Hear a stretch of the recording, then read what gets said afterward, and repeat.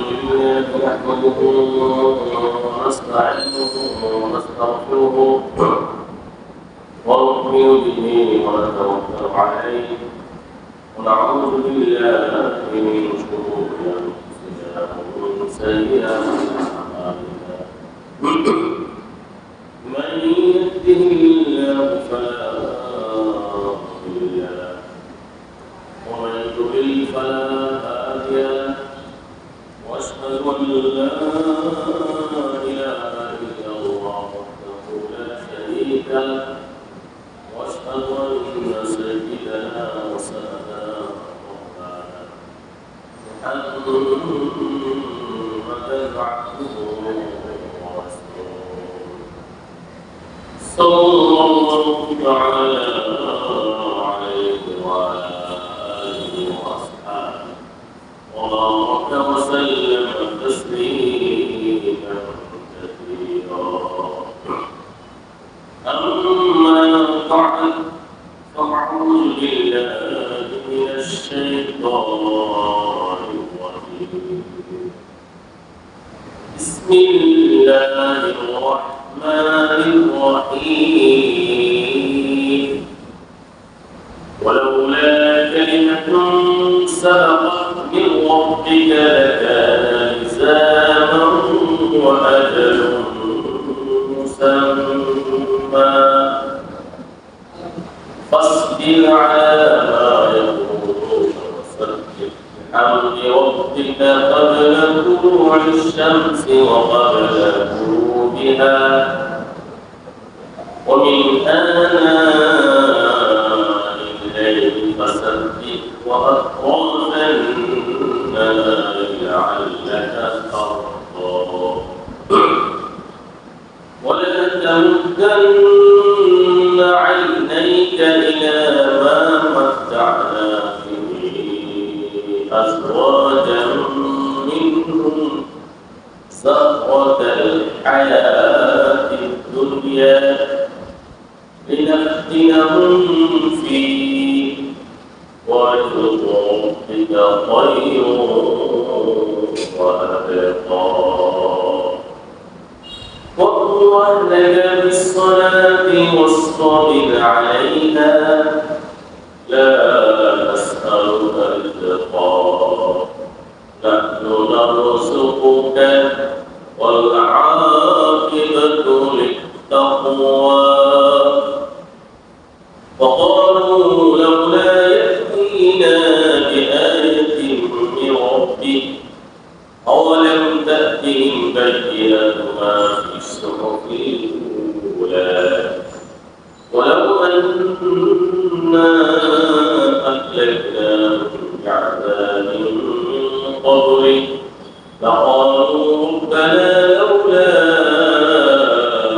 أرسلت إلينا رسلا فنتبع آياتك من قبل أن نذل ونخزى قل كل متربص فتربصوا فستعلمون من أصحاب الصراط السوي ومن اهتدى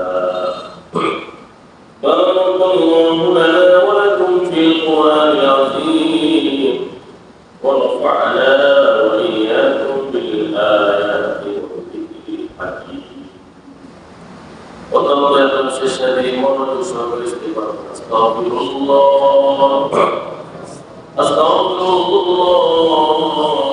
الذي لا إله إلا هو الحي القيوم وأتوب إليه أستغفر الله الذي لا إله إلا هو الحي القيوم وأتوب إليه ولا حول ولا قوة إلا بالله العلي العظيم اللهم صل على محمد وعلى آل محمد كما صليت على إبراهيم وعلى آل إبراهيم إنك حميد مجيد اللهم بارك على محمد وعلى آل محمد كما باركت على إبراهيم وعلى آل إبراهيم إنك حميد مجيد. اللهم صل وسلم وبارك عليه. اللهم افتح علينا حكمتك وانشر علينا رحمتك يا ذا الجلال والإكرام. উপস্থিত সম্মানিত কোরআন প্রিয় মুসল্লিবৃন্দ, আল্লাহ তাআলার শেষ মেহেরবানিতে আল্লাহ তাআলা কালামে আলোচনা শোনার সুযোগ দান করেছেন। অন্তরের অন্তঃস্থল থেকে শুকরিয়া জ্ঞাপন করি বলে আলহামদুলিল্লাহ। আল্লাহর কালামের সাথে সম্পৃক্ত হওয়া, মহাগ্রন্থ কোরআনের স্পর্শে আসা অনেক বড় ভাগ্যের বিষয়। টাকা পয়সা, ধন দৌলত, জ্ঞান পরিমাণ, শক্তির মাধ্যমে এই নিয়ামত কেউ পেতে পারে না, পারবেও না। আল্লাহ যাকে দয়া করেন, আল্লাহ যার প্রতি মেহেরবান হন, যাকে আল্লাহ তাআলার সাথে সম্পর্ক করার সুযোগ আল্লাহ দান করেন, তাকে একমাত্র কোরআনের বৈঠকে আসার সুযোগ দেন। আমরা বলি আলহামদুলিল্লাহ। আল্লাহর অসংখ্য নিয়ামতের মধ্যে আমরা ডুবে আছি। আল্লাহর দয়া, আল্লাহর মায়া, আল্লাহর করুণা, প্রত্যেকটা বস্তুর মধ্যে আল্লাহর দয়া পরিব্যাপ্ত। আল্লাহ তাআলার সিদ্ধান্ত, ক্রোধ, রাগ, উৎসাহ এবং দয়া একত্র যখন হবে, দয়াটা প্রাধান্য লাভ করবে। সবসময় রাগের উপর আল্লাহ, ক্রোধের উপর রহমত, দয়া প্রাধান্য লাভ করবে। আল্লাহ ইচ্ছা করলে সব মুহূর্তের মধ্যে করতে পারে।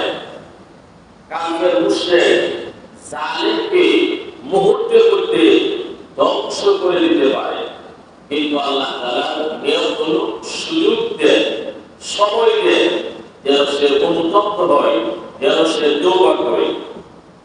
সম্মানিত সুধী, আজকে সূরাতুল তোহা, সূরা তোহা 129 নং আয়াত থেকে 135 নং আয়াত পর্যন্ত তেলাওয়াত করা হয়েছে। সূরা তোহা 129 নং আয়াত থেকে 135 নং আয়াত পর্যন্ত অষ্টম রুকুর তাফসীর হবে ইনশাআল্লাহ। আজকে আল্লাহ তাআলার অশেষ মেহেরবানিতে সূরা তোহা আল্লাহ তাআলা আজকে রহমত ইনশাআল্লাহ শেষ হবে, সমাপ্ত হবে তাফসীর। শুরুতে আল্লাহ রাব্বুল আলামিন ইঙ্গিত করেছেন আল্লাহর দয়ার প্রতি। আল্লাহ তাআলা বলেন, আউযু বিল্লাহি মিনাশ শাইতানির রাজীম, ওয়ালাউলা কালিমাতুন সাবাকাত মিন রাব্বিকা লাকানা লিযামান ওয়া আজালুন মুসাম্মা। আল্লাহ তাআলা বলেন, যদি আল্লাহর পক্ষ থেকে পূর্ব নির্ধারিত সময় না থাকতো, অবশ্যই কাফের মুশরিকদের জন্য জরুরি ভিত্তিতে আযাব এসে যেত। আল্লাহ তাআলা সবার জন্য একটা সময় নির্ধারণ করেছে, টাইম আল্লাহ তাআলা নির্ধারণ করেছে। এই সময় অনুযায়ী আল্লাহ তাআলা আযাব দিবেন। আল্লাহর পক্ষ থেকে মুসিবত আসবে, এর আগে আসবে না।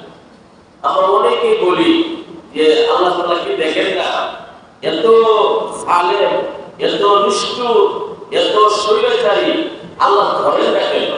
কিন্তু আল্লাহ তাআলার পক্ষ থেকে একটা সময় আছে, সময় দেন বলতে আমার দিকে আসে কিনা। যদি আসে আমি তাকে মাফ করে জান্নাত দিব, হেদায়েত দিব, আল্লাহ সুযোগ দেন। এরপরে যখন দেখেন আসলে আসবে না, তখন আল্লাহর পক্ষ থেকে নির্ধারিত সময় আসে, এই সময়ে আযাবে মুসিবতে সে গ্রেফতার হয়।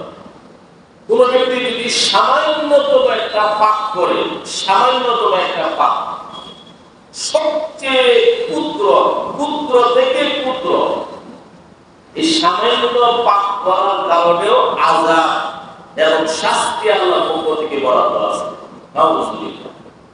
কোন ব্যক্তি যদি সামান্য একটা নেক আমল করে, পুণ্যের কাজ করে, আল্লাহর পক্ষ থেকে প্রতিদান পুরস্কার এই সামান্য নেক আমলের জন্য বরাদ্দ আছে।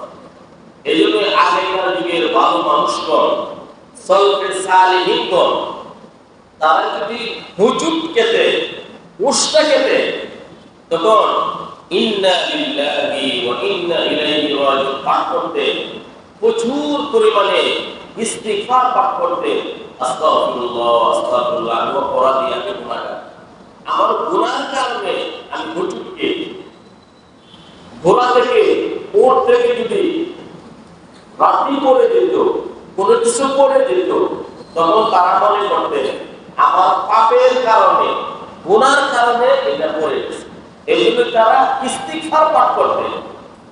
আর আজকে আমরা আমাদের সমাজে দেখি অনেক বড় বড় গুনার মধ্যে লিপ্ত, এরপর মুসিবত আসলে বলে মানুষ, আমি তো কোনো গুনাহ করি নাই, অন্যায় করি নাই, এই মুসিবত কেন আসে? আসলে বিষয়টি কিন্তু এমন না। আল্লাহ রাব্বুল আলামিন অনেক বড় বড় গুনাহ মাফ করে দেন। কিছু কিছু মুসিবতে আল্লাহ তাআলা বান্দাকে টেস্টিং করার জন্য, টেস্ট করার জন্য, ফিরে আসার জন্য, তো আল্লাহর পক্ষ থেকে নির্ধারিত সময় হয়েছে, এই নির্ধারিত সময়ের মধ্যে আযাব আসবে, শাস্তি আসবে। অতীত ইতিহাস যদি আমরা লক্ষ্য করি, কওমে আদ, কওমে সামূদ, ফিরআউন, কারুন, তারা এই পৃথিবীতে, এই জমিনে ত্রাস বিশৃঙ্খলা সৃষ্টি করেছিল, জালেম এবং নিষ্ঠুরের পরিচয় দিয়েছিল। আল্লাহ রাব্বুল আলামিন ছাড় দিয়েছে, কিন্তু সুযোগ মতে আল্লাহ তাআলা করেছে। আল্লাহ যখন ধরে তখন আর ছাড়াছাড়ি নাই। ইন্না বাতশা রাব্বিকা লাশাদীদ, আল্লাহর পাকড়াও অত্যন্ত কঠোর।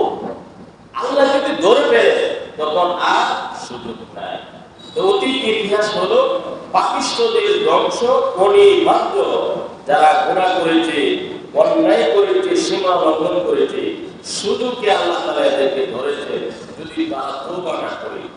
এই কথা আল্লাহ তাআলা বলে, ওয়ালাউলা কালিমাতুন সাবাকাত মিন রাব্বিকা লাকানা লিসানান ওয়া আজালুন মুসাম্মা ফাসবির আলা মা ইয়াকুলুনা ওয়াসাব্বিহ বিহামদি রাব্বিকা ক্বাবলা তুলু'ইশ শামসি ওয়া ক্বাবলা গুরুবিহা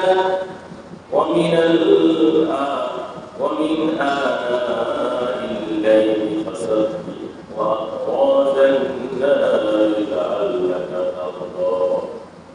আল্লাহ তাআলা বলেন, হে নবী, কাফের মুশরিক আপনাকে যে কষ্ট দেয়, আপনার প্রতি যে তারা খারাপ মন্তব্য করে, আপনি ধৈর্যের সাথে মোকাবেলা করুন। ফাসবির আলা মা ইয়াকুলুনা, তারা যে খারাপ মন্তব্য করে, আপনি ধৈর্য এবং সহনশীলতার সাথে মোকাবেলা করুন, আপনি ধৈর্য ধারণ করুন, তাদের মন্তব্য, তাদের কথায় আপনি বিচলিত হবেন না।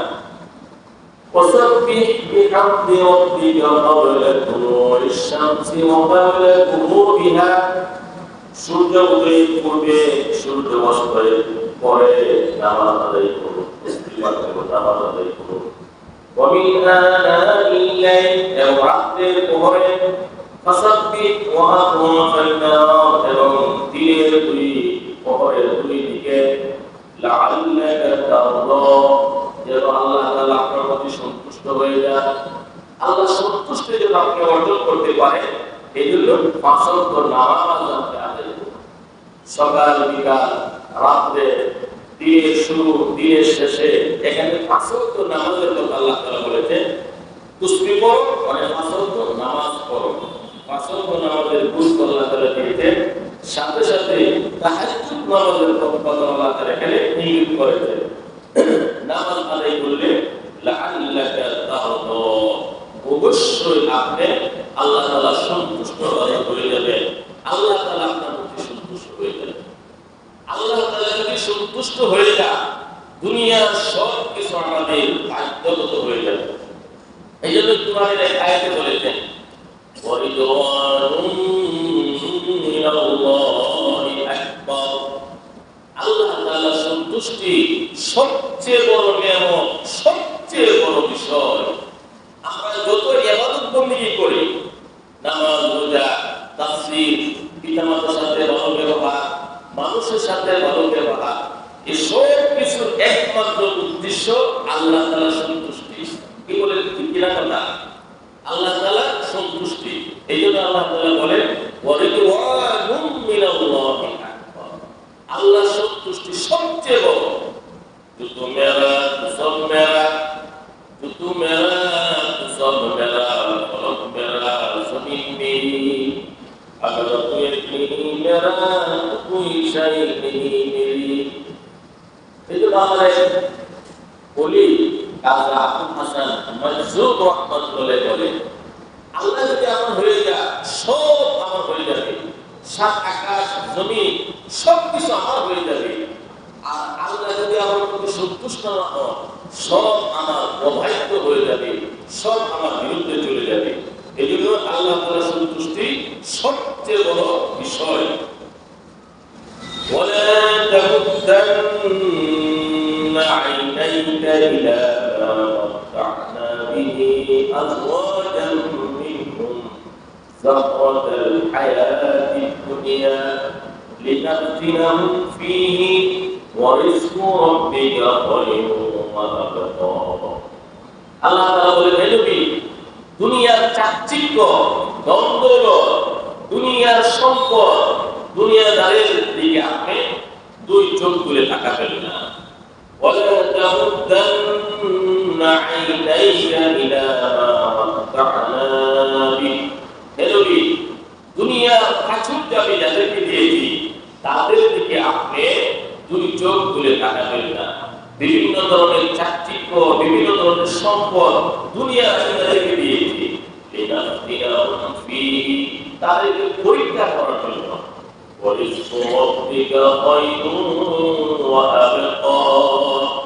আল্লাহ প্রদত্ত রিজিক শ্রেষ্ঠ এবং স্থায়ী।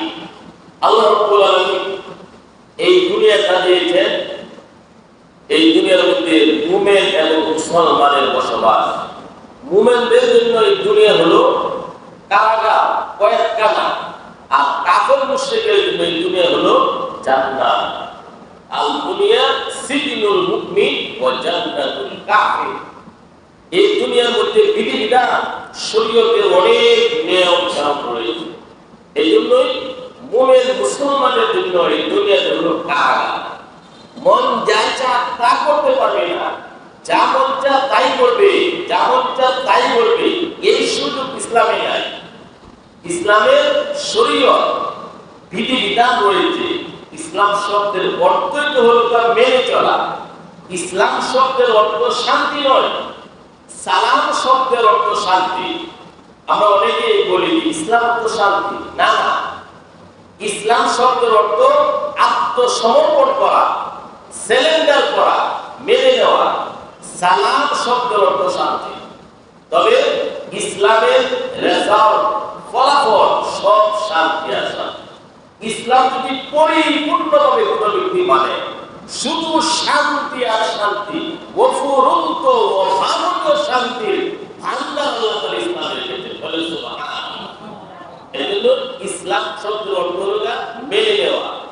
মুসলমানি পদ গর্দান নিহাদান, মুসলমানি পদ গর্দান নিহাদান ইলাহি কদে কুস্তিফান। মুসলমান এর মর্ম হলো নিজের গলায় দড়ি লাগিয়ে দেওয়া। আমার মতে মত না, আমার কথায়, আমার পথে পথ না, কোরআন হাদিস যেভাবে বলবে সেইভাবে চলবো, এর নাম হলো ইসলাম। তো আল্লাহ রাব্বুল আলামিন এই দুনিয়া দিয়েছেন, দুনিয়ার ধন সম্পদ প্রকৃতপক্ষে মুসলমানদের জন্য না। মুসলমানদের জন্য আরাম আয়েশের স্থান হলো জান্নাত। কাফের মুশরিকদের জন্য আল্লাহ তাআলা এই দুনিয়া বরাদ্দ রেখেছেন। পরকালে কাফেরদের জন্য কোনো অংশ নাই। হাদিসের মধ্যে আসছে এই দুনিয়ার মূল্য আল্লাহ তাআলার কাছে যদি 1 একটা মশার পাখা পরিমাণ থাকতো। মশার পাখা কোন মূল্য আছে নাকি? এর কোনো দাম নাই। এরপরেও আল্লাহ নবী বলেন, আচ্ছা ঠিক আছে, একটা মূল্য ধরলাম, এই পরিমাণ মর্যাদা যদি আল্লাহর কাছে দুনিয়ার ধন সম্পদে থাকতো, আল্লাহর নাম যারা নেয় না, যারা কাফের বেঈমান, এক চামচ পানি খাওয়ার সুযোগ আল্লাহ তাআলা দিতেন না। এই দুনিয়ার মর্যাদা আল্লাহ তাআলার কাছে নাই। আল্লাহর কাছে মর্যাদা হলো ঈমান এবং নেক আমলে। এই দুনিয়া যারা ভালো মানুষ তাদেরকেও দেন, যারা খারাপ মানুষ তাদেরকেও দেন, আল্লাহর প্রিয় বান্দাদেরকেও দেন, আল্লাহর দুশমনদেরকেও দেন। তবে দ্বীন এবং শরীয়ত একমাত্র আল্লাহ রাব্বুল আলামিন আল্লাহর বান্দাদেরকেই দেন। নবী করিম সাল্লাল্লাহু আলাইহি ওয়াসাল্লাম আল্লাহ তাআলা তাকে দুনিয়া দিতে চেয়েছিলেন। আল্লাহ রাব্বুল আলামিন নবীর কাছে জিবরিল আলাইহিস সালাম প্রেরণ করলেন। জিবরাইল আলাইহিস সালাম এসে বলতেছেন, হে নবী, বাতহা, মক্কার যে বাতহা পাহাড় আছে, এই পাহাড়টা আপনার জন্য আল্লাহ তাআলা স্বর্ণ বানিয়ে দিবেন, আপনি যদি রাজি থাকেন। আপনি যদি রাজি থাকেন, পাহাড়কে আপনার জন্য স্বর্ণ বানিয়ে দিবেন আল্লাহ তাআলা। নবী বললেন, না না, আমি তো চাই একদিন খাবো, একদিন উপোস করবো। যেদিন খাবো আল্লাহ তাআলা প্রশংসা করবো, আর যেদিন আমি উপহারে থাকবো, উপাস করবো, অনাহারে থাকবো, সেদিন আল্লাহ তাআলার কাছে কান্নাকাটি করবো। স্বর্ণের পাহাড় হয়ে যাক, আমি নবী চাই না। নবী এগুলোকে অনেক ঘৃণা করতেন। একদিনের ঘটনা বুখারী শরীফে হাদিস আসছে, আনাস ইবনে মালিক রাদিয়াল্লাহু তাআলা বলেন, নবী করিম সাল্লাল্লাহু আলাইহি ওয়াসাল্লাম বিছানায় ঘুমাইলেন, আরাম করলেন। তো নবীজি দেহ মোবারকে শরীরের মধ্যে বিছানার দাগ পড়েছে, চাটাইয়ের মধ্যে শক্ত বিছানার মধ্যে ঘুমানোর কারণে নবীজির দেহের মধ্যে, ত্বকের মধ্যে, চামড়া মোবারকের মধ্যে দাগ পড়েছে। ওমর রাদিয়াল্লাহু তাআলা তিনি ফাবাকা ওমর রাদিয়াল্লাহু তাআলা তিনি কেঁদে ফেললেন, ধৈর্য ধারণ করতে পারলেন না।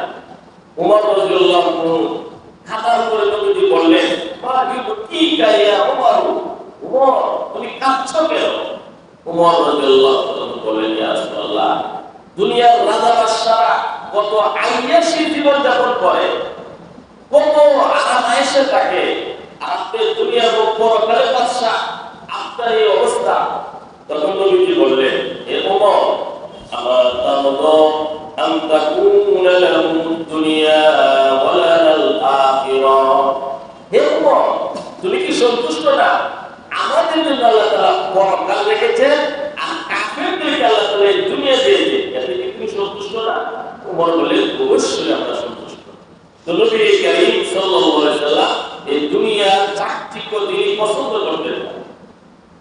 হাদিসের মধ্যে এসেছে, বুখারী মুসলিমের হাদিসে, এই দুনিয়ার মধ্যে সবচেয়ে আরামের যে লোকটা ছিল, সারাটা জীবন সুখ শান্তি আনন্দ বিনোদনের মধ্যে ছিল, সারাটা জীবন দুঃখ কষ্ট বালা মুসিবত জীবনেও সে পড়ে, এমনকি তার শক্তিজন হয় না, অসুখ বিসুখ হয় না, কোন ধরনের কষ্ট হয় না। এমন একজন লোক মৃত্যুবরণ করার পরে জাহান্নাম থেকে 500 বছর রাস্তা দূর দিয়ে ঘোরানো হবে। এরপর তাকে বলা হবে, হাল রাআইতা খায়রান কাত্তু, হাল রাআইতা খায়রান কাত্তু, এই ভালো সুখ শান্তি তুমি দুনিয়াতে কি ভোগ করেছো, পেয়েছো? সারা জীবন যে লোকটা সুখের মধ্যে ছিল, আনন্দে আত্মহারা ছিল, সে মুহূর্তের মধ্যে সারা জীবনের সুখ ভুলে গিয়ে বলবে, সুখ কাকে বলে, শান্তি কাকে বলে, জীবনেও আমি পাই নাই, সারাটা জীবন আমি কষ্টের মধ্যে ছিলাম।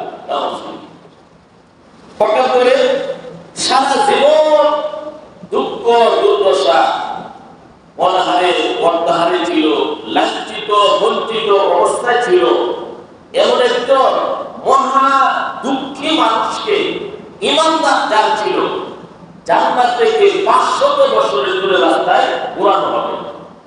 এরপর তাকে জিজ্ঞেস করা হবে, হাল রাআইতা মুকসাম কাত্তু, এই মেয়ে কষ্ট দুঃখ কি তুমি জীবনে কোন সময় পেয়েছ? সারা জীবন যে মহা দুঃখী ছিল, কষ্টে ছিল, সে বলবে দুঃখ কাকে বলে জীবনেও আমি পাই নাই। সুবহানাল্লাহ। তো দুনিয়ার এই সুখ শান্তি হলো অস্থায়ী, আর পরকালে সুখ শান্তি হলো চিরস্থায়ী। এই জন্যই দুনিয়ার মধ্যে শান্তি মানে ধন সম্পদের মধ্যে আসলে মূলত কোনো শান্তি নাই। শান্তি হলো ঈমান এবং নেক আমলের মধ্যে। আল্লাহ রাব্বুল আলামিন নবী করিম সাল্লাল্লাহু আলাইহি ওয়াসাল্লামকে এমন অবস্থায় দান করেছে যে নবীজি মাসের পর মাস চলে যেত, চুলার মধ্যে আগুন ধরত না, আগুন চাঁদ একটার পর আরেকটা চলে যেত। নবীজিকে জিজ্ঞেস করা হলো, আপনি কিভাবে অতিবাহিত করতেন সংসার? আল আসওয়াদা, দুইটা কালো জিনিসের দ্বারা, একটা খেজুর মানে খেজুর এবং পানির দ্বারা। এত ক্ষুধার্ত, পর্যাপ্ত খেজুর ছিল না যে পেট ভরে যাবে। খেজুর খাওয়ার পর আবার ক্ষুধা, প্রচন্ড ক্ষুধা। এই বাকি ক্ষুধা নিবারণের জন্য পানি ব্যবহার করে। বুখারী শরীফ, মুসলিম শরীফের হাদিসে এসেছে, সহিহ মুসলিম শরীফের হাদিসে নবী করিম সাল্লাল্লাহু আলাইহি ওয়াসাল্লাম ক্ষুধার জ্বালা সহ্য করতে না পেরে একদিন রুম থেকে, হুজরা মুবারক থেকে নবীকে রাস্তায় বের হয়ে গেলেন। অসময়ে যখন মক্কায় রাস্তায় নবী বের হলেন, ক্ষুধার জ্বালা, রাস্তার মধ্যে সাক্ষাৎ হলো হযরত আবু বকর সিদ্দিক রাদিয়াল্লাহু তাআলা। আবু বকর রাদিয়াল্লাহু তাআলা তিনিও ক্ষুধার জ্বালা রুম থেকে বের হয়ে গেলেন রাস্তায়। মানুষের পেটে যদি ক্ষুধা থাকে, চেহারাতে ফুটে ওঠে, মুখ শুকিয়ে থাকে। লোকটা ক্ষুধার্ত, লোকটা অনাহারে আছে, কিন্তু চেহারাতে বোঝা যায়, চেহারার মধ্যে একটা ছাপ পড়ে ক্ষুধার্ত মানুষের, পরে কি পড়ে না? তো আল্লাহ নবীর ক্ষুধার্ত চেহারাতে বোঝা যায়, আবু বকর রাদিয়াল্লাহু আনহু ক্ষুধার্ত চেহারাতে বোঝা যায়। কিছুক্ষণ পর সাক্ষাৎ হলো আবার মহান সাহাবী ওমর রাদিয়াল্লাহু আনহু। উনি ক্ষুধার জ্বালা ভোগ করতে না পেরে ঘর থেকে বের হয়ে আসলেন। তিনিও বুঝতে পারলেন যে ক্ষুধার জ্বালা আমরা ঘর থেকে বের হয়েছি। আনসারী সাহাবী বাড়িতে গেলেন, তিনি আপ্যায়ন করলেন তৃপ্তি সহকারে। নবী করিম সাল্লাল্লাহু আলাইহি ওয়াসাল্লাম আবু বকর এবং উমর রাদিয়াল্লাহু আনহু আহার করার পরে আল্লাহর নবী বললেন, সুম্মা লাতুসআলুন্না ইয়াওমাইযিন আনিন নাঈম। আমরা যে নিয়ামত পেয়েছি, অবশ্যই আল্লাহ তাআলা আমাদেরকে এর হক আদায় না করে জিজ্ঞেস করবে। আমরা যে নিয়ামত পেয়েছি, এই নিয়ামতের কি করবে? জিজ্ঞাসা আল্লাহ তাআলা অবশ্যই করবে। এখানে লক্ষ্য করুন, কতটুকু ক্ষুধার জ্বালা সৃষ্টি হলে ঘর থেকে মানুষ বের হয়। আমাদের কি কোনো সময় এমন হয়েছে যে বাসাতে কিছুই নাই, কিন্তু আমরা রাস্তায় গেছি? আজকে আমাদের মাসের পর মাস চলে যায়, বাজার করা লাগে না, ফ্রিজের মধ্যে সবকিছু থাকে, থাকে না। কিন্তু সাহাবায়ে নবী করিম সাল্লাল্লাহু আলাইহি ওয়াসাল্লাম এমন একটা অবস্থা গেছে, মাসের পর মাস তারা মনে হারাইছে। সপ্তম হিজরির পরে অনেক সাহাবায়ে বলাবলি করতে যে এখন আমরা কিছু খেজুর খেতে পাবো, এমন অনাহারে সাহাবায়ে এই দুনিয়া থেকে চলে গেছে। এই জন্য আল্লাহ তাআলা বলেন, হে নবী, কাফের মুশরিকদেরকে আমি দুনিয়া দিয়েছি। আজকের দুনিয়া রাজা-বাদশাদের চিত্র দেখে বোঝা যায়, স্বর্ণের গাড়ি, স্বর্ণের বাথরুম, সবকিছু আইয়াসের জীবন। আল্লাহ তাআলা বলেন, তাদের এই চাকচিক্যের দিকে আপনি চোখ খুলে তাকাবেন না। وَأْمُرْ أَهْلَكَ بِالصَّلَاةِ وَاصْطَبِرْ عَلَيْهَا لَا نَسْأَلُكَ رِزْقًا نَحْنُ نَرْزُقُكَ وَالْعَاقِبَةُ لِلتَّقْوَى। আল্লাহ তাআলা বলেন, হে নবী, আপনি আপনার ফ্যামিলিকে, পরিবারকে নামাজের আদেশ করুন এবং আপনিও নামাজের ব্যাপারে যত্নশীল হন। আপনার কাছে আমি আল্লাহ রিজিক চাই না, বরং আমি তো আপনাকে রিজিক দেই। শুভ পরিণাম, শেষ পরিণাম হলো পরহেজগার আল্লাহর ব্যক্তিদের জন্য। আল্লাহ রাব্বুল আলামিন নবী করিম সাল্লাল্লাহু আলাইহি ওয়াসাল্লামকে নামাজের আদেশ করেছেন, ওয়াসমু আহলাকা বিস-সালাতি ওয়াসতাবির আলাইহা। হে নবী, যত্ন সহকারে আপনি নামাজ আদায় করুন এবং আপনার পরিবার পরিজনকেও নামাজের কথা বলুন। আমি আপনার কাছে রিজিক চাই না, বরং রিজিক আমি আপনাকে দিই। শেষ করিলাম, শুভ করিলাম আল্লাহ বিরোধীর জন্য। এই সমাজের মধ্যে যারা ভালো মানুষ, যারা খাঁটি মানুষ, তাদের জন্য রয়েছে শুভ পরিণাম।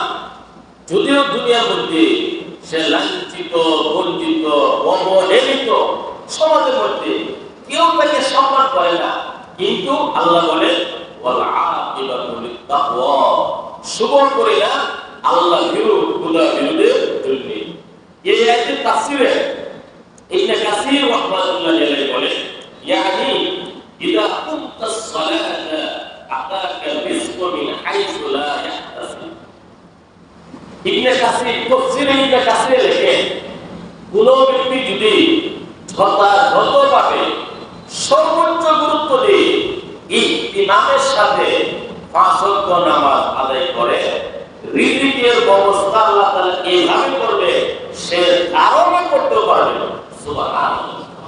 পাঁচ ওয়াক্ত নামাজ গুরুত্ব সহকারে যদি কোনো ব্যক্তি আদায় করে, ধারণাটি পাবে আল্লাহ তাআলা রিজিকের ব্যবস্থা। ধারণা করা যায় না এমন জায়গা থেকে আল্লাহ তাআলা রিজিক দেবে। আজকে তো আমরা যে রিজিক পাই তা তো ধারণা করা যায়। চাকরি করি, ব্যবসা করি, কৃষি কাজ করি, বিভিন্ন পেশায় আমরা লিপ্ত, রিজিক আসবে এটা ধারণা করা যায়। কিন্তু পাঁচ ওয়াক্ত নামাজ যদি কোনো ব্যক্তি আদায় করে, আল্লাহ তাআলা ধারণাটি পাবে রিজিকের ব্যবস্থা করবে। হাদিসের কিতাবের মধ্যে অনেক ঘটনা রয়েছে, বিশেষ করে আব্দুল্লাহ ইবনে মুবারক ইবনে ওয়াদে রাহমাতুল্লাহ আলাইহি। আব্দুল্লাহ ইবনে মুবারক ইবনে ওয়াদে তিনি একজন হাদিস বিশারদ ছিলেন। আব্দুল্লাহ ইবনে মুবারক তিনি একজন হাদিস বিশারদ ছিলেন। আব্দুল্লাহ ইবনে মুবারক ইবনে ওয়াদে নাম হলো আব্দুল্লাহ, পিতার নাম হলো মুবারক। মুবারক একজন শ্রমিক ছিলেন, বাগানের মধ্যে কাজ করতেন। 12 বছর পর্যন্ত ফলের বাগানে মুবারক তিনি কাজ করলেন। বাগানের মালিক একদিন বললেন, মুবারক, আমার বাড়িতে আজকে ভিআইপি মেহমান, রাষ্ট্রীয় মেহমান, উচ্চ পদস্থ মেহমান আসবে, আমার বাগানে সুস্বাদু সুমিষ্টি ভালো ফলগুলো সংগ্রহ করবে, যেন আমি সুন্দরভাবে আপ্যায়ন করতে পারি। 12 বছর পর্যন্ত মুবারক বাগানের মধ্যে কাজ করলেন।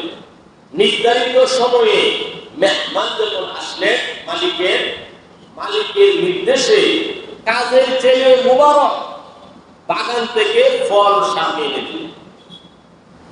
যেই ফলেই মুখের মধ্যে দেয়, তিতা, চুক্কা, স্বাদহীন, মুখের মধ্যে যদি কোনো জিনিস টক লাগে, তিতা লাগে, মুখের কিন্তু একটা অবস্থা হয়।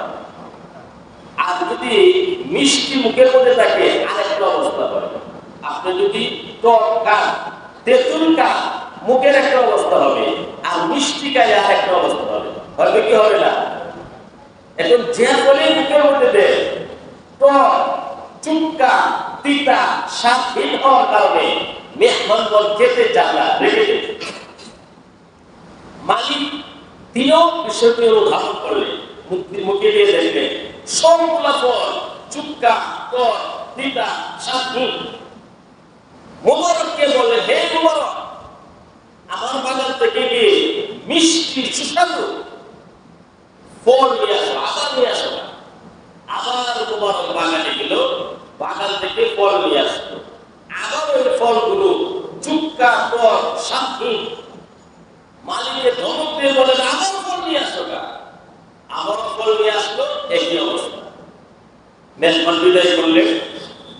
বিদায় করার পরে মুবারকের মালিক, বাগানের মালিক বললেন খুব আক্ষেপ করে, হে মুবারক, 12 বছর পর্যন্ত আমার বাগানে তুমি থাকো, 12 বছর পর্যন্ত আমার বাগানের মধ্যে সুস্বাদু মিষ্টি এবং স্বাদের কোন ফল কি নাই? কাজের ছেলে মুবারক সে বলে, মালিক 12 বছর পর্যন্ত আপনার বাগানে কাজ করি, কোনদিন কোন ফল আমি আহার করি নাই, মুখেও করি নাই। সুবহানাল্লাহ। মালিককে বলে, কেন তুমি ফল খাও নাই? তখন মুবারক ছেলে বলে, কাজের ছেলে বলে, হে মালিক, আপনি তো আমাকে অনুমতি দেন নাই, ইজাজত দেননি, আপনি তো কোনোদিন বলেন নাই যে মুবারক তুমিও বাজার থেকে ফল খাবে। আমার সামনে কত ফল পাখি গিয়েছে, পরে নষ্ট হয়ে গেছে, কত কিছু হয়েছে, আমি 12 বছর পর্যন্ত একটি ফল আমি মুখে দিই নাই। হে মালিক, আমি কিভাবে বুঝবো কোন ফলটা মিষ্টি, কোনটা তিতা, কোনটা টক, এটা আমি বুঝবো কিভাবে? আমি তো কোনোদিন ফল খাই নাই। সুবহানাল্লাহ। মালিক ছেলের প্রতি, কাজের ছেলের প্রতি খুশি হয়ে গেলেন। খুশি হয়ে একমাত্র তার মেয়েকে কাজের ছেলে মুবারকের কাছে বিয়ে দিলেন। আর এই মুবারকের ঔরসে জন্ম নিল বিশ্ববিখ্যাত আলেম আব্দুল্লাহ ইবনে মুবারক। ছেলের নাম ছিল আব্দুল্লাহ। বিশ্ববিখ্যাত হাদিস বিশারদ ইমাম বুখারী রাহমাতুল্লাহর উস্তাদ। তিনি এই ব্যক্তির ঔরসে আল্লাহ তাআলা এই নেক আমল করার কারণে, সততার কারণে এই তার সন্তান দিলেন। এমন সন্তান বিশ্ববিখ্যাত আলেম হয়েছিল। আব্দুল্লাহ ইবনে মুবারক তার নাম। তো মুবারক তিনি 12 বছর পর্যন্ত কোনো ফল খান নাই, কোনো মুক্তি ছাড়া। এটাকে বলা হয় তাকওয়া, এটাকে বলা হয় আল্লাহর ভয়। উমর ইবনে খাত্তাব রাদিয়াল্লাহু তাআলা আনহু তিনি রাষ্ট্রীয় কাজে ব্যস্ত, প্রদীপ জ্বালিয়ে কাজ করতেছে, বাতি জ্বালিয়ে। এক ব্যক্তি আসতে এসে অনুমতি চাইল, অনুমতি দিলেন। তখন ওই ব্যক্তি বলল, হে আমিরুল মুমিনিন ওমর, আমি এসেছি একান্ত ব্যক্তিগত কাজে, রাষ্ট্রীয় কোনো কাজে। সাথে সাথে উমর রাদিয়াল্লাহু তাআলা এই বাতি, এই প্রদীপ নিভিয়ে ফেললেন। কি করলেন? নিভিয়ে ফেললেন, অফ করে দিলেন, বন্ধ করে দিলেন। এই লোকটা বলল যে, হে উমর, আমি আসলাম, লাইট বাতি জ্বলতেছিল, প্রদীপ জ্বলতেছিল, আমি আসার পরে যখন বললাম একান্ত ব্যক্তিগত কাজে, আপনি বাতি নিভিয়ে ফেললেন। উমর রাদিয়াল্লাহু তাআলা বললেন, শোনো, এই বাতির তেল হলো রাষ্ট্রীয় তেল, রাষ্ট্রের সম্পদ। আমরা ব্যক্তিগত কাজে রাষ্ট্রের সম্পদ ব্যবহার করব, আল্লাহর কাছে কি জবাব দিব? সুবহানাল্লাহ। এই জন্য বাতি কি করলে? নিভিয়ে ফেললেন। সুবহানাল্লাহ। রাষ্ট্রীয় সম্পদ এইভাবে তারা হেফাজত করে। আজকে তো আমাদের কাছে যে মেসেজ এবং বার্তা আসে, কোটি কোটি, মিলিয়ন বিলিয়ন, হাজার হাজার কোটি টাকা তারা লুট করেছে, আত্মসাৎ করেছে। এই জালেমের সহযোগী যারা, তারাও জুলুমের অন্তর্ভুক্ত। এক মুফতি সাহেবের কাছে কয়েকজনে ফতোয়া জিজ্ঞেস করলো, ফতোয়া বড় আলেমের কাছে, যে হুজুর, জালেম বাদশা পৃথিবীতে দেশে শুধু জুলুম এবং জুলুম করে। এই জালেম বাদশা কাপড় চোপড়, পোশাক পরিচ্ছদ যে দর্জি বানিয়ে দেয়, এই দর্জির কি গুনাহ হবে? জালেম বাদশা কাপড় যে সেলাই করে বলে যে দর্জি, এই দর্জির কি গুনাহ হবে? তখন আলেম সাহেব, মুফতি সাহেব ফতোয়া দিলেন, এই দর্জিও বড় জালেম, বড় গুনাহগার। এমনকি এই দর্জির কাছে যারা সুই বেছে, সুতা বেছে, তারাও গুনার অংশীদার হবে। আমাদের দেশে যারা সমর্থ, যারা এই পাপ পণ্য এগুলোকে আন্তরিকভাবে মানে এবং আনন্দে উদ্বেলিত হয়ে যায়, তারাও ওই পাপের মধ্যে শরীর পাবে। আর কিছু মানুষ আছে, দল করি কিন্তু পাপের অংশগুলোকে, পাপগুলোকে আমরা সমর্থন করি। সাতটা চন্দ্রের অবস্থা তো আমরা এখন ভিডিওর মধ্যে আমরা দেখি। আহা, উলামায়ে কেরামকে কত নির্মমভাবে তারা হত্যা করেছে। নিজের মধ্যে আপনারা দেখবেন এইগুলা একটা সাধারণ হয়তো কাজের লোক হবে, একটা ছেলে গেঞ্জি গা, তার পিঠের মধ্যে লেখা গেঞ্জির মধ্যে হেফাজতে ইসলাম, এই হেফাজতে ইসলাম লেখার কারণে গুলি করে তাকে হত্যা করছে, রক্ত করে পড়ছে, রক্ত পড়ে গেছে, মারা গেছে। এরপরে ওই মৃত লাশের উপর জানোয়ারেরা প্রহার করতেছে। এরপরে ওরা সমর্থন করে, বলে ভালো, এরাও বড় জালেম, এরাও কি বড় জালেম। দেখ আমি অনেক করে চলে যেতেছি। তো আব্দুল ইবনে মুবারক রাহমাতুল্লাহি আলাইহির কথা বলতেছিলাম যে বাগানে কাজ করতেছিল, মালিক খুশি হয়ে মুবারকের কাছে ছেলেকে বিয়ে দিল। এই মুবারকের ঔরসে জন্ম নিল আব্দুল্লাহ, ছেলের নাম কি আব্দুল্লাহ ইবনে মুবারক, বিশ্ববিখ্যাত আলেম। তো আব্দুল ইবনে মুবারক রাহমাতুল্লাহি আলাইহি তিনি হজের সফরে যাইতেছে, মানে ধারণা তিন বাদে রিজিক দেয়, এই পয়েন্টটা আমার বলা উদ্দেশ্য। আমরা যে রিজিক খাই এগুলো তো ধারণা করা যায়, চাকরি করি, ব্যবসা করি, বিভিন্ন পেশায় আমরা লিপ্ত রিজিক আছে। কিন্তু আল্লাহ বলেছে কোন ব্যক্তি যদি সঠিকভাবে নামাজ আদায় করে ধারণা করা যায় না এমন জায়গা থেকে রিজিক আসবে। তো আব্দুল্লাহ ইবনে মুবারক রাহমাতুল্লাহি আলাইহি হজের জন্য রওনা দিয়েছে, হজ পায়ে হেঁটে হজের জন্য রওনা দিয়েছে। জঙ্গলে একা একা চলতেছে, হঠাৎ দেখে জঙ্গলের মধ্যে একটি কাউয়া মুখের মধ্যে রুটি নিয়ে জঙ্গলে উঠতেছে। আব্দুল্লাহ ইবনে মুবারক তিনি ভাবলেন অবশ্যই কোনো ঘটনা ঘটবে, এই জঙ্গলে রুটি কোথায় থেকে কাক নিয়ে আসলো, কোথায় নিয়ে যা। আব্দুল্লাহ ইবনে মুবারক এই কাককে লক্ষ্য করে চলতে লাগলেন। কিছুক্ষণ যাওয়ার পরে দেখলেন একজন মানুষ, জঙ্গলের ভিতরে একজন মানুষ, দুই হাত বাঁধা, দুই পা বাঁধা, হাত দুইটা বাঁধা, পা দুইটা বাঁধা। এই ব্যক্তির মুখের মধ্যে কাকে রুটি রেখে চলে গেছে। সুবহানাল্লাহ। আব্দুল্লাহ ইবনে মুবারক তিনি বললেন ভাই পুরো অবস্থায়। তখন ওই ব্যক্তি বলল হজের উদ্দেশ্যে আমি রওনা হলাম, এই জঙ্গলে আসার পরে ডাকাতেরা, ছিনতাইকারীরা আমার সব সম্পদ ছিনতাই করে নিয়ে গেল। আমার দুই হাত বেঁধে রেখেছে এবং দুই পা বেঁধে রেখে তারা চলে গেছে। আল্লাহ রাব্বুল আলামিন একটি কাককে নির্ধারণ করেছে প্রতিদিন কাকে আমাকে রুটি খাওয়ায়। সুবহানাল্লাহ। আল্লাহ আপনাকে প্রেরণ করছেন আমার বাঁধগুলো ছেড়ে ছুটানোর জন্য। আব্দুল ইবনে মুবারক তার হাত পায়ের বাঁধ খুললেন এবং বললেন চলো আমার সাথে পর্যাপ্ত টাকা আছে, তোমাকে আমি হজ করে নিয়ে আসবো। তো এটাকে বলা হয় লা ইয়াহতাসিব। আল্লাহ কোরআনে বলেছেন ওয়া ইয়াত্তাকিল্লাহা ইয়াজআল লাহু মাখরাজা ওয়া ইয়ারযুকুহু মিন হাইসু লা ইয়াহতাসিব। আল্লাহর ভয়ে গুনাহ যদি কেউ ত্যাগ করে কঠিন সমস্যা থেকে আল্লাহ তাআলা তার জন্য নিষ্কৃতির ব্যবস্থা করবেন। ধারণা করা যায় না এমন জায়গা থেকে আল্লাহ তাআলা রিজিকের ব্যবস্থা করবেন। এই যে বলে হাত পা বাঁধা, কাকে তাকে রুটি খাওয়ায়, এটা হলো ধারণাভাবে রিজিকের ব্যবস্থা।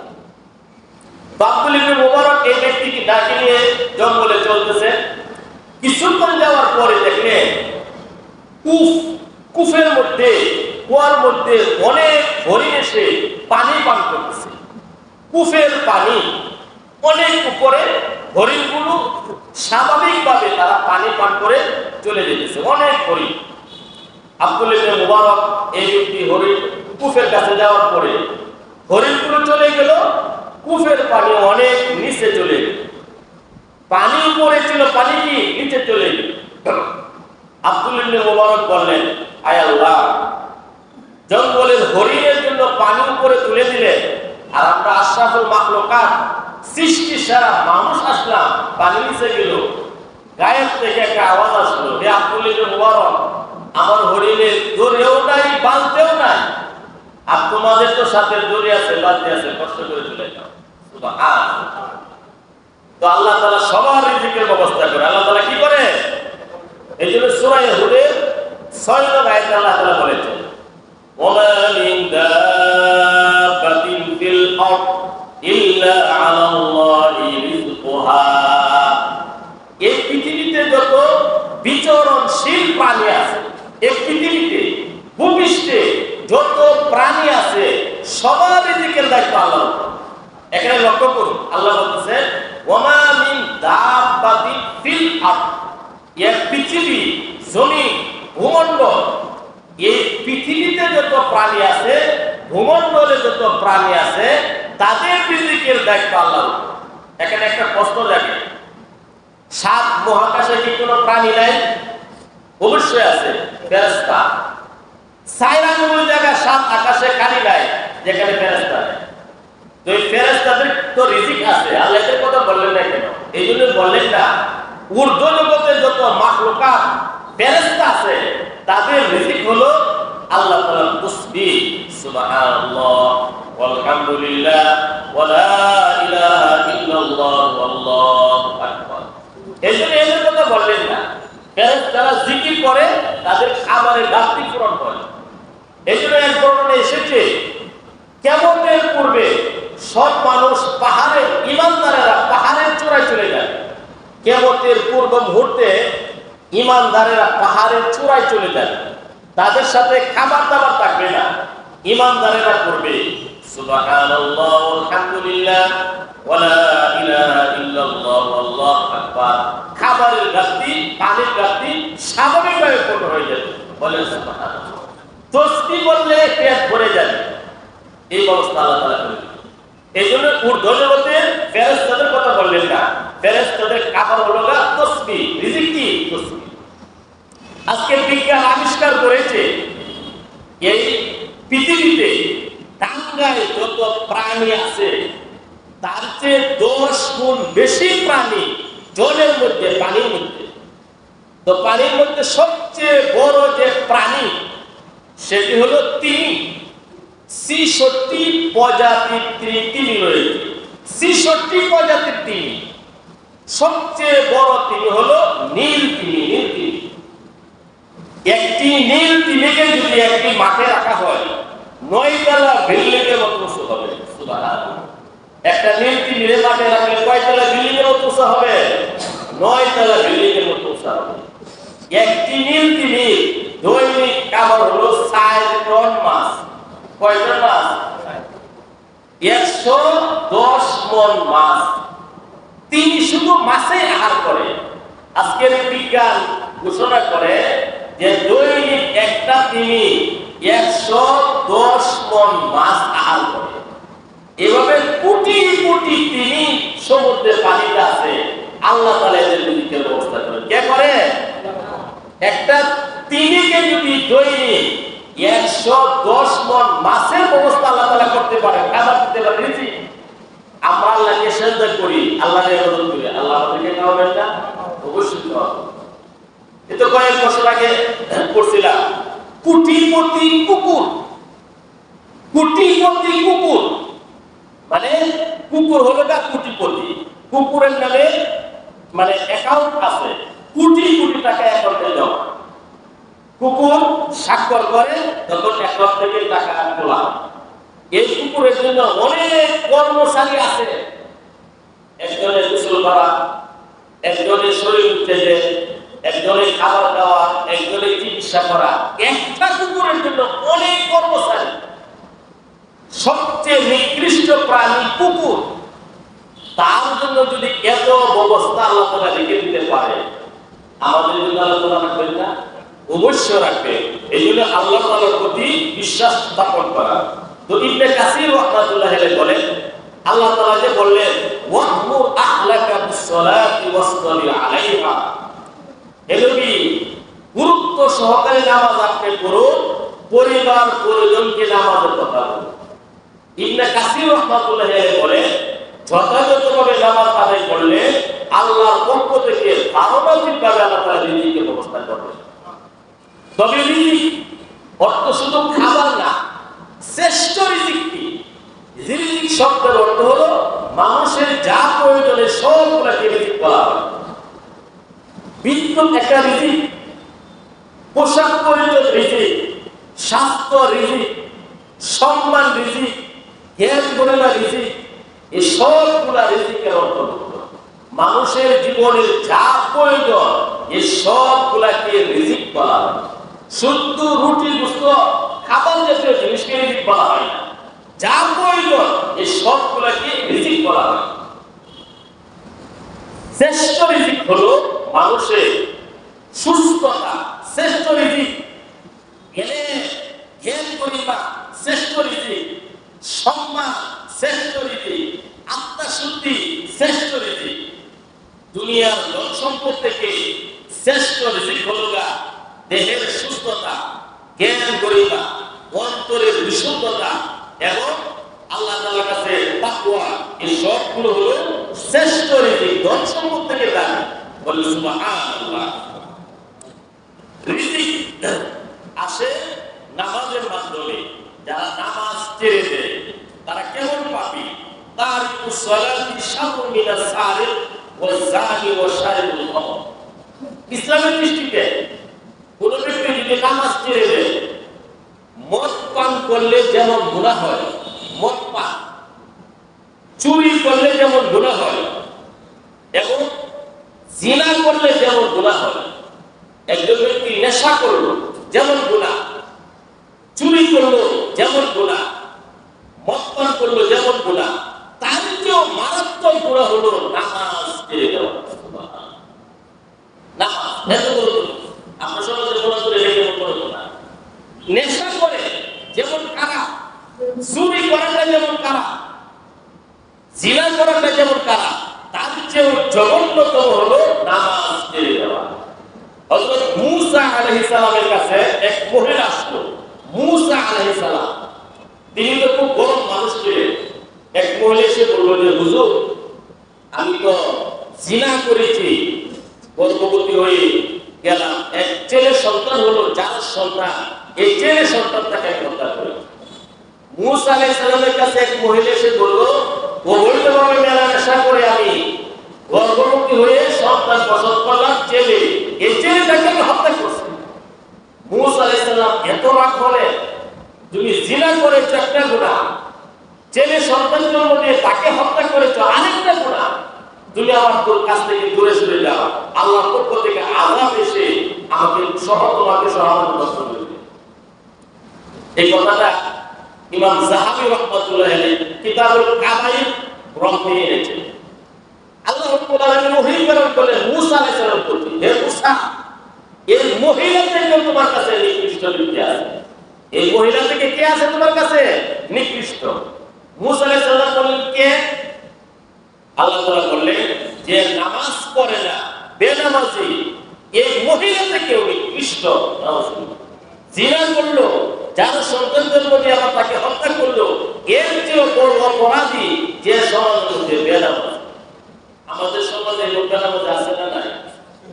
এই জন্য সর্বোচ্চ গুরুত্ব দিতে হবে নামাজে। আল্লাহ তাআলা কোরআন এবং হাদিসের মধ্যে অনেক গুরুত্ব দিয়েছেন নামাজে। নামাজের কথা তো আল্লাহ তাআলা ৮০ বার ৮২ বারের বেশি বলেছেন, প্রত্যক্ষভাবে পরোক্ষভাবে। কোরআনে কারীমের একদম শুরুতে ঈমানের পরে নামাজের কথা বলছে। এই জন্যই নামাজ অনেক গুরুত্বপূর্ণ বিষয়। সময় তো খুব কম, এই জন্য সব আলোচনা করতে পারবো না। সাহাবায়ে কেরাম, তাবিঈন, তাবিঈন তারা নামাজের কেমন গুরুত্ব দিতেন। সাঈদ ইবনে মুসাইয়িব একজন তাবিঈ ছিলেন। সাঈদ ইবনে মুসাইয়িব ৪০ বছর পর্যন্ত সাঈদ ইবনে মুসাইয়িব তিনি তাকবীরের উলার সাথে নামাজ আদায় করতেন। সাঈদ ইবনে মুসাইয়িব সাঈদ নামে একজন তাবিঈ ছিলেন। ৪০ বছর তিনি আযানের আগে মসজিদে গিয়ে জামাতের সাথে নামাজ আদায় করেছেন। আমাস নামে একজন তাবিঈ ছিলেন। ৭০ বছর তার তাকবীরের উলার ছিলেন। সুবহানাল্লাহ। তারা এত বেশি গুরুত্ব দিতেন। আগেকার যুগে রাজা বাদশাহরা তারা তো অনেক গুরুত্ব সহকারে নামাজ পড়তেন। যাক, দুই আয়াতের মধ্যে আল্লাহ তাআলা যে মেসেজটি দিলেন, ওয়া'মুর আহলাকা বিস-সালাতি ওয়াসতাবির আলাইহা লা নাসআলুকা রিজকা নাহনু নারযুকুকা ওয়াল আকিবাতু লিত-তাকওয়া। হে নবী, আপনিও গুরুত্ব, আপনি আপনার পরিবারকে নামাজের কথা বলুন, আপনিও নামাজের ব্যাপারে যত্নবান হন। কোরআনের সূরা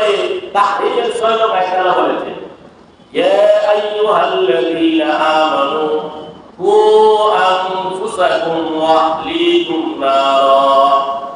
হে ঈমানদারগণ, তুমি জাহান্নামের আগুন থেকে বাঁচো, তোমার পরিবার পরিজনকেও জাহান্নামের আগুন থেকে বাঁচাও। নিজেও জাহান্নামের আগুন থেকে বাঁচতে হবে, নিজের বিবি, ছেলে মেয়ে, সন্তান সন্ততি এদেরকেও জাহান্নামের আগুন থেকে বাঁচাইতে হবে।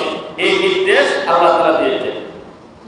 এরপর আল্লাহ তাআলা বলেন, وَقَالُوا لَوْلَا يَأْتِينَا بِآيَةٍ مِّن رَّبِّهِ أَوَلَمْ تَأْتِهِمْ بَيِّنَةُ مَا فِي الصُّحُفِ الْأُولَى। কাফিরগণ বলে, আল্লাহর পক্ষ থেকে, তার রবের পক্ষ থেকে যেন আমাদের কাছে নিদর্শন আসে না, নিদর্শন দেখে আমরা ঈমান আনতাম। আল্লাহ বলেন, আগেকার সকল কিতাবের মধ্যে সব ধরনের নিদর্শন এসেছে, তোমরা কি তা দেখোনি?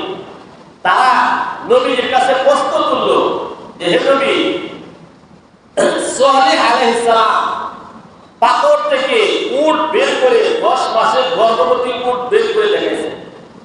মূসা আলাইহিস সালাম লাঠি মাটিতে ফেলে সাপ হয়ে যেত, লাঠি দিয়া পাথরে বাড়ি দিলে ঝর্ণা জারি হয়ে যেত, লোহিত সাগরে বাড়ি দিচ্ছেন, রাস্তা হয়ে গেছে। হে নবী, আপনি আমাদেরকে এমন নিদর্শন দেখান। আল্লাহ তাআলা বলেন, তোমাদেরকে অনেক নিদর্শন দেখানো হয়েছে, আগেকার যুগে অনেক নিদর্শন দেখানো হয়েছিল, কিন্তু তোমরা তো ঈমান আনবে না। যারা ঈমান আনবে না, নিদর্শন দেখার পরেও তারা ঈমান আনবে না। মক্কার কাফের মুশরিক আবু জেহেল, উতবা, সাইবা চাঁদের রাতে নবী থেকে একদিন বললেন, হে মুহাম্মদ, আচ্ছা এই চাঁদকে যদি দ্বিখণ্ডিত করতে পারো, আপনি ঈমান আনবেন?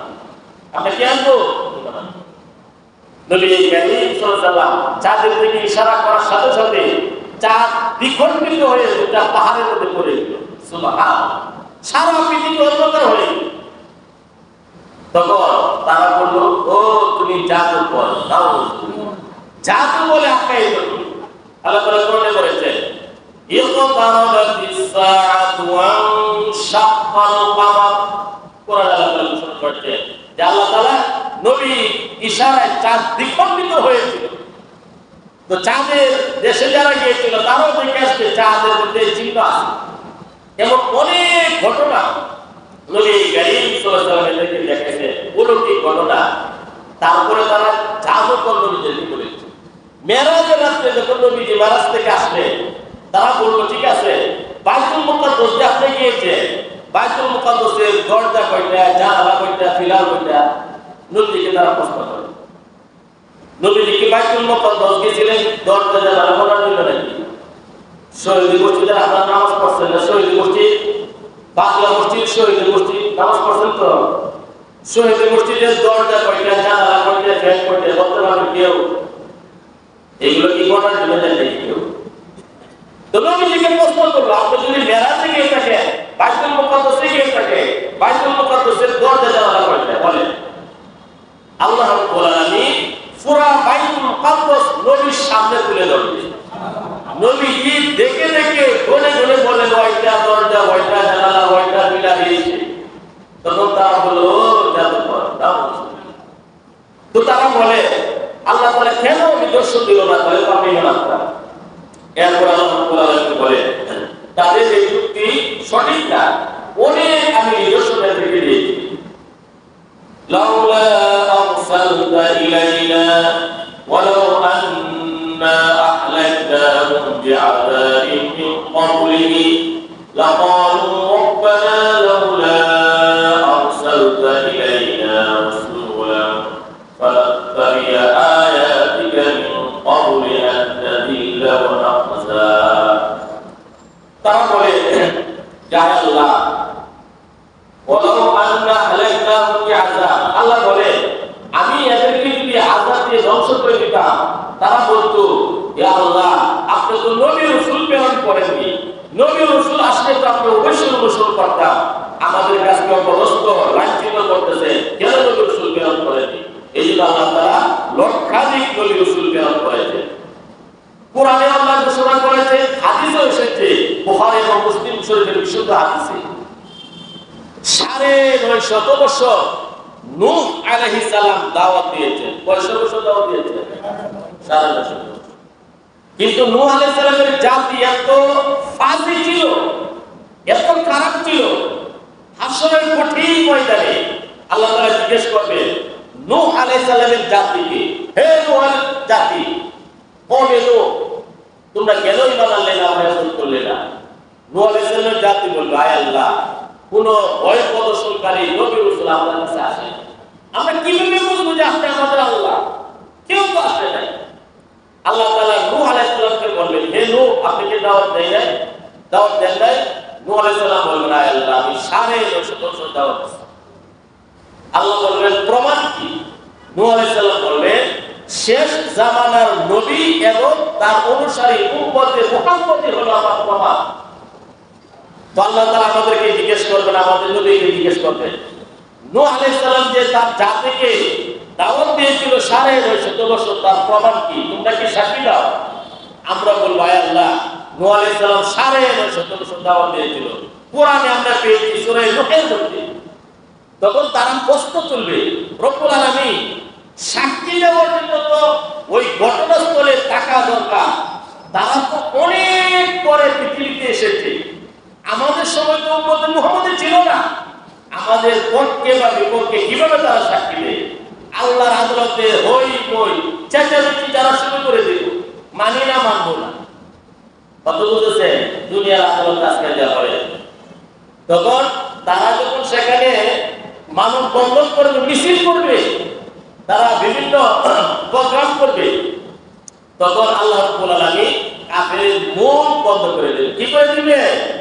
তাদের হাতে কথা বলবে, তাদের পায়ে কথা বলবে, চামড়া কথা বলবে, অঙ্গ প্রত্যঙ্গে আল্লাহ তাআলার কাছে কথা বলবে। অবশ্যই নূহ আলাইহিস সালাম 950 বছর দাওয়াত দিয়েছে। তো তারা আল্লাহ তাআলা বলে, আমি অনেক নবী রাসূল এই জন্য প্রেরণ করেছি যেন তারা এই কথা আমি আল্লাহর কাছে না বলতে পারে যে আপনি তো কোনো নবী রাসূল প্রেরণ করেন নাই, আমরা কিভাবে আপনার প্রতি ঈমান আনবো?